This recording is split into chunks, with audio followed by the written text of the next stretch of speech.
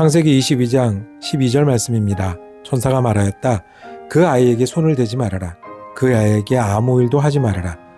내가 너의 아들, 너의 외아들까지도 나에게 아끼지 아니하니 내가 하나님 두려워하는 줄을 내가 이제 알았다.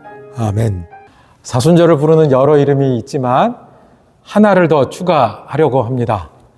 사순절은 꿈꾸는 계절입니다. 뭐 하는 계절이라고요? 꿈꾸는 계절이요. 사순절 시작하면서 꿈 얘기하는 교회가 많지는 않을 텐데 우리는 이 이야기로 시작하려고 합니다. 잊지 마세요. 다음 주에 또 물어볼 겁니다. 사순절은 뭐 하는 계절이라고요? 꿈꾸는 계절이에요. 우리 예수 믿는 사람들이 꿈이 있어요. 무슨 꿈이 있냐면 이 예수를 믿으면 믿을수록 우리 마음이 새로워지는 꿈이에요. 예수를 믿으면 믿을수록 원래 잘못하던 것을 돌이키는 꿈이에요. 그래서 어떻게 예수님 닮은 그리스도의 장성한 분량까지 가서 예수님 마음이랑 내 마음이랑 하나 돼서 통하기도 하고 예수님 일이랑 내 일이랑 하나 돼서 되기도 하는 그런 꿈이 있어요. 꿈이라고 하는 거는 그게 쉽게 되지 않을 수도 있다는 얘기예요. 교회 가야지, 그러니까 예수 믿는 사람이지. 인구 센서스 할 때 당신의 종교는 뭡니까 할 때 크리스티애니티 체크 치니까 예수 믿는 사람. 속상할 거 다 속상하고 싸울 거 다 싸우고 경쟁할 거 다 경쟁하고 그냥 예수 믿는, 그냥 그렇게 해서 한 주, 두 주 지나서 예수 믿는 게 아니라 우리 꿈은 예수님 가까이 갈수록 날 보고 예수 믿는 사람 같다 그러는 거예요. 우리 꿈은 우리가 이렇게 모였으면 아유 저렇게 예수 믿고 싶다고 하는 거예요. 우리 꿈은 예수님 마음이 여기 있지라고 해서 포기하지 못하고 그걸 계속해 나가는, 그게 우리 꿈인데 1년 중에 사순절은요 예수님의 고난과 예수님의 십자가를 묵상하기도 하고 부활을 기다리면서 그 꿈을 어떻게 해요? 다시 일으켜 세우는 그런 계절입니다.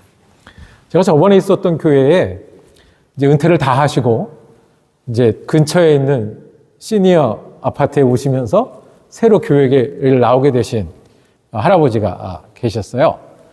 근데 이분 전직이 뭐냐면 미케닉이에요. 자동차를 고치는 일을 하셨어요. 마침 잘 됐다. 제 차에 요만하게 녹이 슬기 시작을 했어요. 근데 한번 녹이 슬면 그냥 있는 게 아니라 어떻게 해요? 점점 커지려고 그러잖아요. 그래서 부탁을 했어요.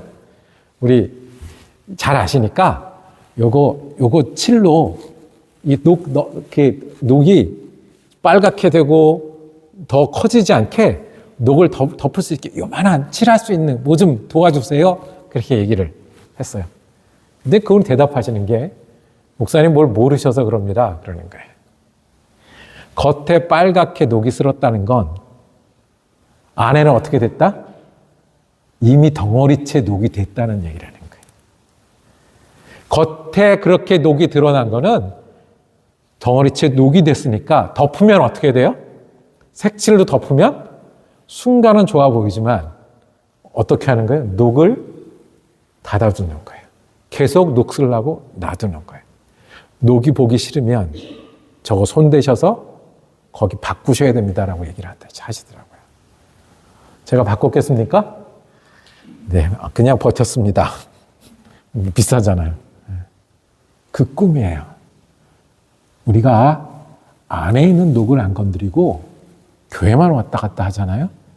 그럼 은혜로운 것 같아서 녹이 덮여질 때가 있어요.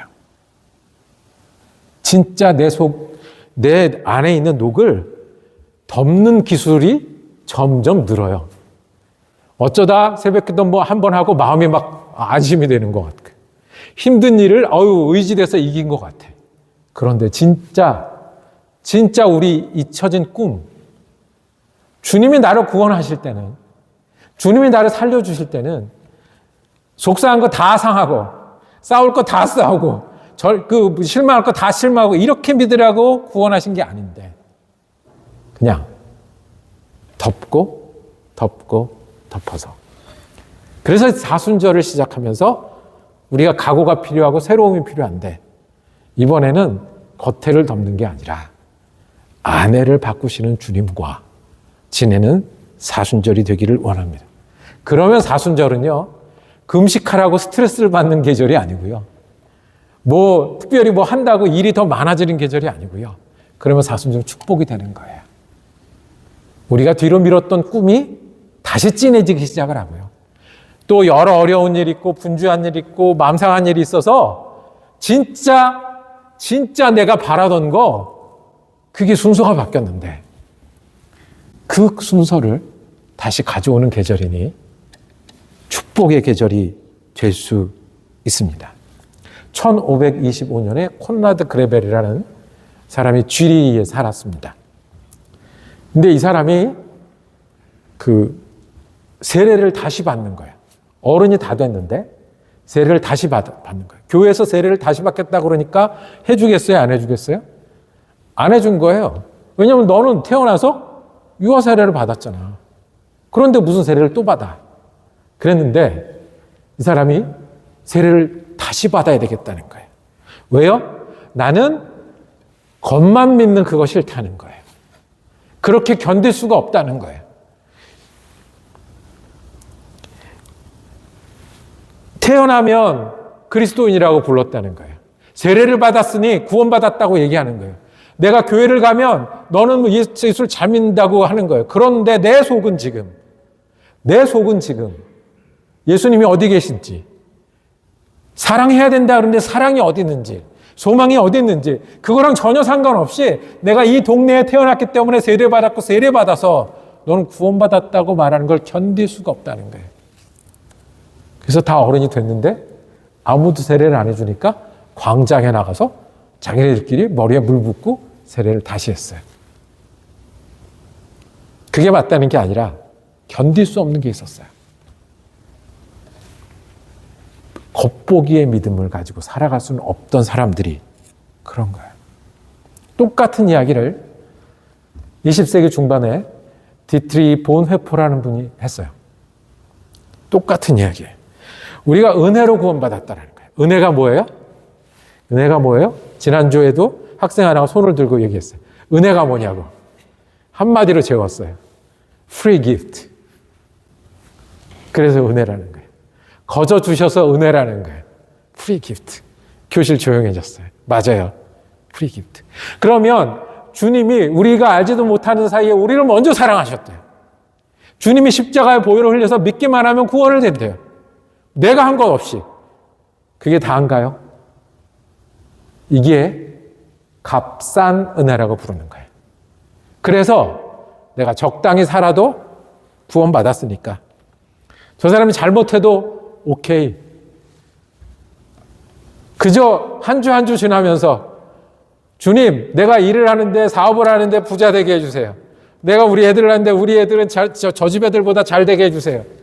이 기도를 간절하게 하는 게 믿음인 줄 알고 사는 거. 이게 뭐예요? 값싼 은혜라고 말해요. 왜요?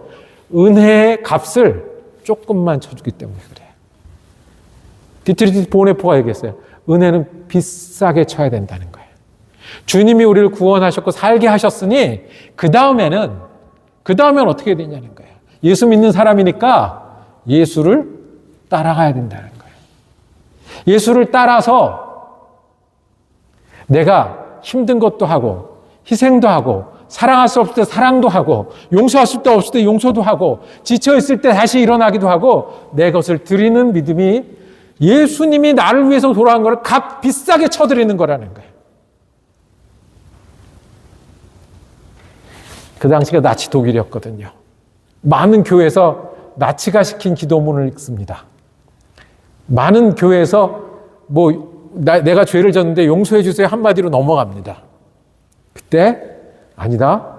정말 예수님이 나를 구원하셨으면 우리는 무슨 값을 치러서라도 구원받은 사람답게 믿음 가진 사람답게 우리 예수님이 내게 심어주신 꿈, 내가 예수님 안에 가진 꿈, 예수님을 닮아가기까지 내가 어떤 값이든 치르겠다라고 하는 것이 비싼 은혜, 예수님이 소중한 사람들이라는 거예요. 예수님도 말씀하셨잖아요. 우리 지난 주간에 함께 읽은 말씀 중에 진주장사 이야기 있잖아요. 진주의 가치를 몰라본 사람은 그저 아무데나 껌내놓을 거예요. 그저 싼 값에 넘길 수도 있을 거예요. 근데 진짜 가치를 알아보는 사람, 어휴, 어떻게 이걸 이렇게 놓습니까? 이 진주는 보석함에 놔야죠. 이 진주는 유리 안에 놔야죠. 자물쇠를 채워놔야죠. 그리고 여기 놔두세요. 내가 집도 팔고 땅도 팔아서 진주 값을 가져오겠습니다. 왜냐하면 이 진주는 더 값어치가 있는 거기 때문에 그렇습니다. 예수가 중요한 사람들. 그죠? 예수님이 나를 위로해주고 일주일에 한 번 예배드리면 마음이 안 드리고 나면 찜찜하니까 그 예배드려서 평안한 거 값싸게 치는 값싸게 은혜를 여기는 게 아니라 예수 믿는 게 소중하기 때문에 그러면 예수 믿으니 내가 어디까지 사랑할 수 있을지 헤아리는 게 값비싼 은혜라는 거예요. 예수님이 나를 구원하셨으니 그 구원을 어디까지 나눠줄 수 있는 것을 먼저 생각하는 것이 값비싼 은혜라는 거예요. 여러분과 저는 예수님의 은혜값을 얼마만큼 쳐드리고 있습니까? 우리가 값비싸게 여기지 않아도 주님은 은혜를 주셔서 우리를 구원하셨습니다. 그 다음엔 우리가 어떻게 해야 되겠습니까? 정말 믿음이 소중하고 예수님이 소중하고 예수님의 말이 예수님의 말씀이 맞고 예수님의 말씀이 내 길이 되어야 되고 그렇게 하기 위해서 어떤 값도 그거에 비하면 아깝지 않은 것이 그게 예수 믿는 사람이 그 은혜를 소중히 아는 일입니다. 얼마까지 예수를 믿기 위해서 믿음을 지키기 위해서 믿음을 흔들리지 않기 위해서 더 잘 예수를 따르기 위해서 여러분들은 얼마까지 내어놓아 보셨습니까? 어디까지 내어놓을 수 있습니까? 그 이야기가 오늘 읽은 아브라함 이야기입니다. 아브라함 22장은 이삭을 바친 걸로 유명한 이야기입니다. 어느 날 아브라함에게 말씀이 들렸습니다. 그 말씀은 오늘 22장 1절에 아브라함아 부르셔서 너의 아들 내가 사랑하는 외아들 이삭을 데리고 가거라 번제물로 바쳐라 였습니다. 우리가 지난주 저지난주 계속 보았듯이 예수를 믿는 거는 예수의 말씀을 듣고 그물을 놓고 가는 거고 예수를 믿는 거는 예수의 말씀을 듣고 이사를 가는 거라고 그랬어요. 그거를 제일 잘 알고 했던 사람이 누구였어요? 아브라함이었어요. 그리고 지난주에 우리는 아브라함은 주님이 말씀하시면 된다는 걸 알았기 때문에 거기에서 10명이라도 찾으시면 이라고 당부하면서 주님이 새 말씀을 주시기를 기다렸어요. 그래서 알아요. 뭘 잘 알아요? 주님이 말씀하시면 진짜라는 걸. 그런데 이번에 누구를 바치래요? 아들을 바치래요. 22장의 말씀은 간단합니다. 그 말씀을 듣고 아브라함은 아들을 바쳤습니다. 준비했고요. 여행을 떠났고요. 그리고 아들을 죽이려고 했고요. 그러다가 마지막 순간에 멈추게 하셨습니다. 주님이 멈추지 않았으면 어떻게 되었을까요? 우리는 스토리를 다 아니까 주님이 그럴 분이 아니시다. 뒤에. 이미 아브라함 속에는 이삭을 죽였어요. 그 전날 밤에 마지막으로 머리를 쓰다듬으면서 이미 죽였다고요. 그거를 실행하려는 그 순간에 멈춰진 거예요. 아브라함에게 있어서 믿음은 그만큼 소중했던 거예요. 아브라함에게 있어서 하나님의 말씀은 내 아들보다 크다는 거를 머리에만 갖고 있었던 게 아니라 실제로 그것을 하기까지 했습니다. 그 당시에는 아들을 죽여서 예배하는 그런 게 있었어요. 고대 근동에요. 되게 오래전이잖아요. 몇천 년 전이잖아요. 한 4천 년쯤 전에 보는데 3천 몇백 년 전에 보는데 이 아브라함 시대 때는요. 그 당시에 어떤 종교나 하면 짐승뿐만 아니라 자기 큰아들을 이제 바쳐야 되는 그런 종교들이 있어서 이 바친다는 게 한 번 듣고 알아들었어요. 우리는 드라마를 씁니다. 이 100세에 낳은 아들을 데리고 가서 죽이려는 이 아브라함 이야기를 영화에서는 어떻게 얘기하냐면 아브라함이 그 말씀을 듣고 고민해요. 그리고 따지기도 해요. 왜요? 소돔과 고모라에서도 10명 찾으면 봐주세요라고 했던 아브라함이잖아요. 주님, 너무하는 거 아닙니까?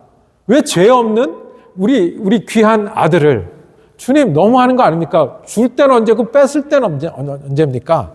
근데 가는 길이 있잖아요. 준비해서 여행을 가고 사흘길을 갔다고 그랬으니 아침 저녁으로 얼마나 많은 장면들이 있었겠어요.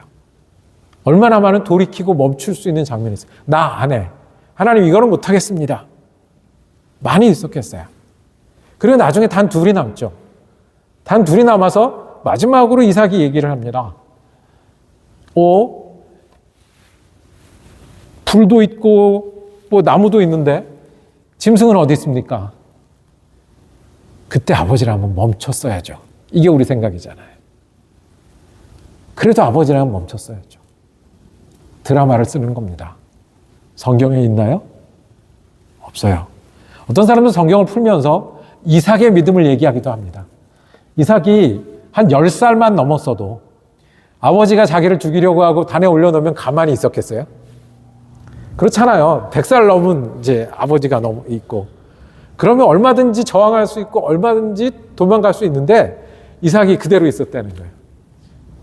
상상할 수는 있으나 성경은 분명하게 얘기합니다. 하나님 말씀하셨고 아브라함은 그것을 향해서 바로 갑니다. 바로 가고 이미 마음속에서 죽였고 그 죽인 순간에 주님이 멈추시고 말씀하십니다. 네 믿음이 거기에 있구나라고 말씀을 합니다. 여기까지 잘 왔고 믿음이 그렇게 되었고 그리고는 복의 근원이 된다는 말씀, 네가 모든 자손 위에 축복의 아버지가 될 거라는 말씀을 그리고 다시 한번 확증하십니다. 어떻게 해요? 오늘 읽은 말씀에 12절에 이렇게 있습니다. 내가 너의 아들, 너의 외아들까지도 나에게 아끼지 아니하니 내가 하나님 두려워하는 줄을 내가 이제 알았다. 아브라함에게 하나님의 말씀의 값은 얼마나 비싼 거냐면 무엇보다 소중하고 세상에 무엇보다 소중해서 이것까지 주님이 말씀하시면 그렇게 했던 거예요. 똑같은 장면이 어디 나옵니까? 이 아들을 바치라는 음성을 혹시 들은 분 계십니까? 우리한테는 되지 않을 겁니다. 왜냐하면 안 바칠 거니까. 똑같은 이야기가 어디서 나옵니까? 아브라함이 아들을 바치려 했던 똑같은 장면이 예수님의 겟세마네의 기도에서 나옵니다. 예수님의 겟세마네의 기도는 아버지, 저 이 잔을 안 마시면 안 돼요? 내가 꼭 이렇게 죽어야 되겠습니까? 내가 죽는 데는 빌라도 앞에서 죽을 거고 가룟 유다 앞에서 죽을 건데 내가 그 고난을 당해야 하겠습니까? 하나님의 아들이 그 십자가에서 무기력하게 찢어지기까지 죽어야 하겠습니까? 이미 예수님의 마음엔 죽었어요. 죽기로 결심한 거예요. 자기를 드리기로 결심한 거예요. 돌을 떡으로 만들면 예수 믿는 사람이 훅 늘어날 거예요. 예수님이 성전 꼭대기에서 뛰어내리면 그날부터 예수님은 원하는 일들을 해나가실 수 있으실 거예요. 그런데 하나님이요, 비싼 은혜의 길을 말씀하신 거예요. 너를 다 주어서, 아들도 아니야, 너를 다 주어서 피하고 싶은 그 길을 통해서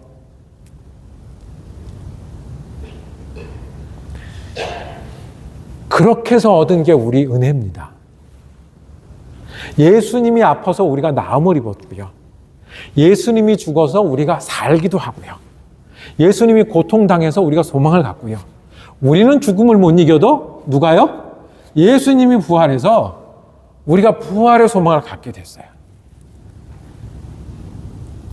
우리가 이렇게 살든 저렇게 살든 주님이 은혜를 주셨다고요. 그 다음에 남은 건 뭐예요?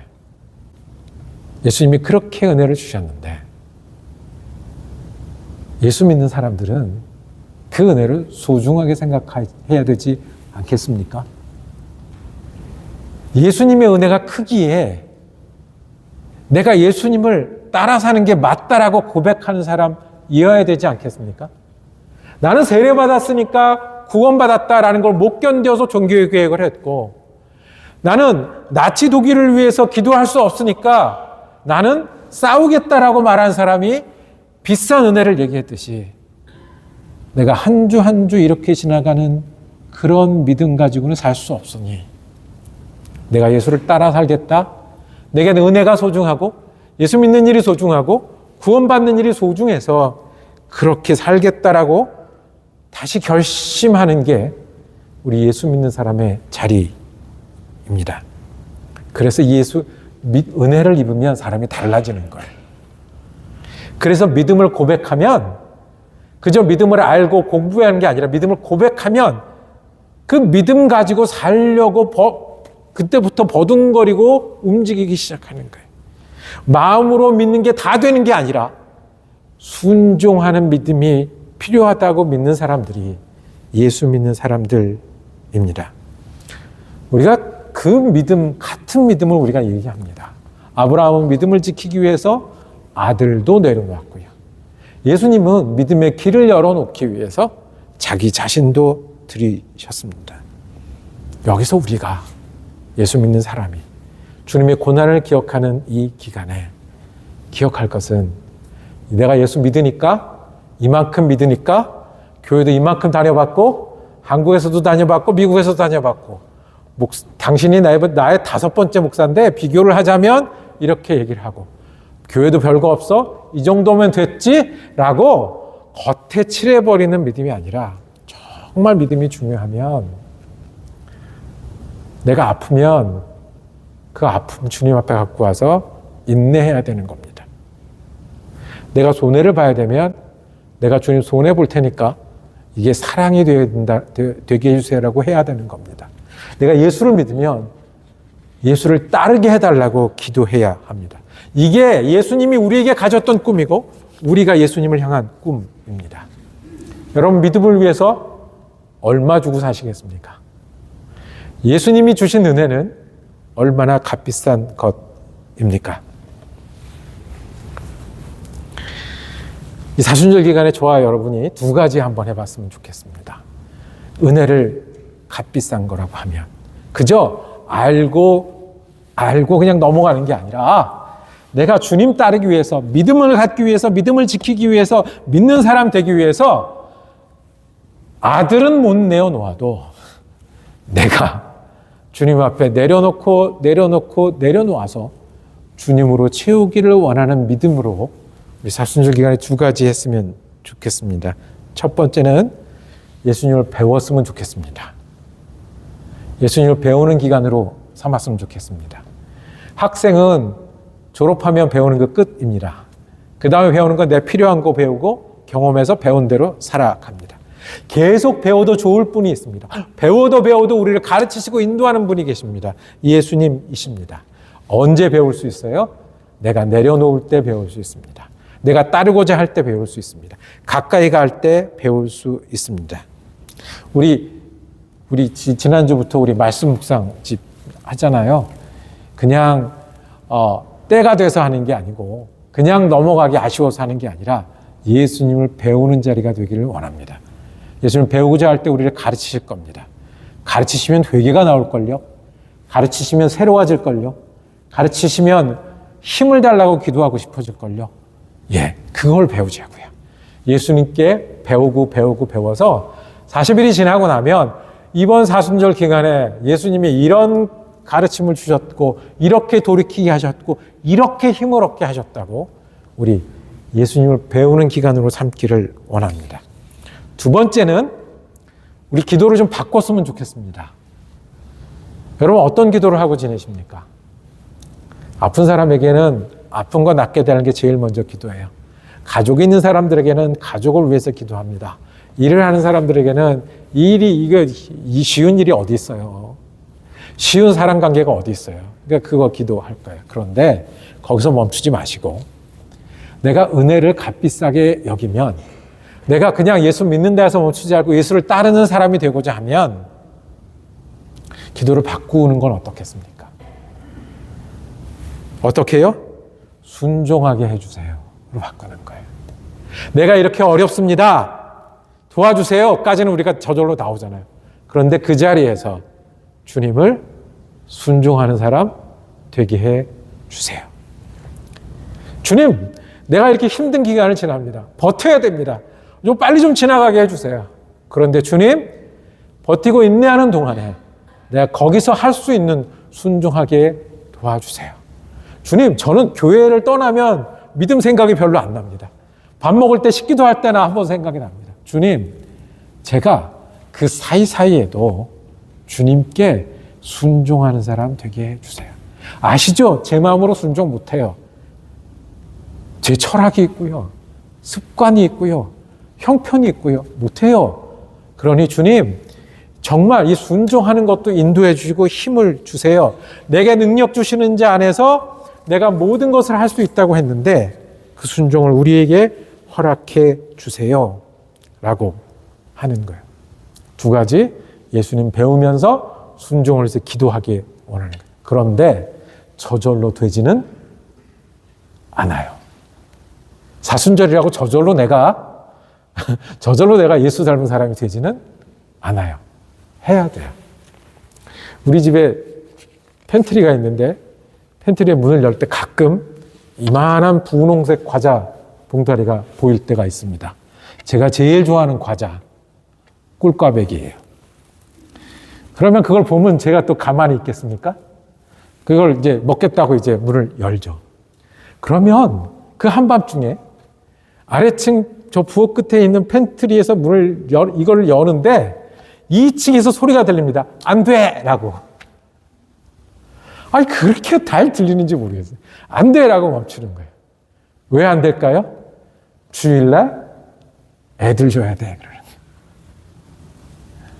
그러면 제가 또 가만히 있습니까? 나도 좀 먹자. 당연히 이렇게. 딴 건 돼도 그거는 안 돼. 아, 주일날 가다 내가 챙겨줄게. 그러면 그렇게 하다가 빼먹어.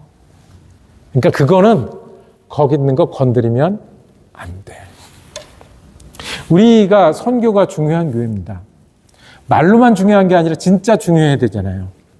우리 교회 시작한 지 처음 2, 3년 동안에 우리가 배운 게 있어요. 그냥 말로만 중요하다 그러면 선교가 어렵다라는 거예요. 왜냐하면 항상 이 물질은 모자르고요. 그러다 보면 선교까지 잘 안 가요. 그리고 배운 게 있어요. 꿀꽈배기를 남겨놓듯이 선교비를 따로 남겨놓지 않으면 우리는 선교를 말로만 할 거라는 거예요. 그 다음 질문이 우리에게 있어요. 선교가 얼마나 중요해? 그만큼 중요해?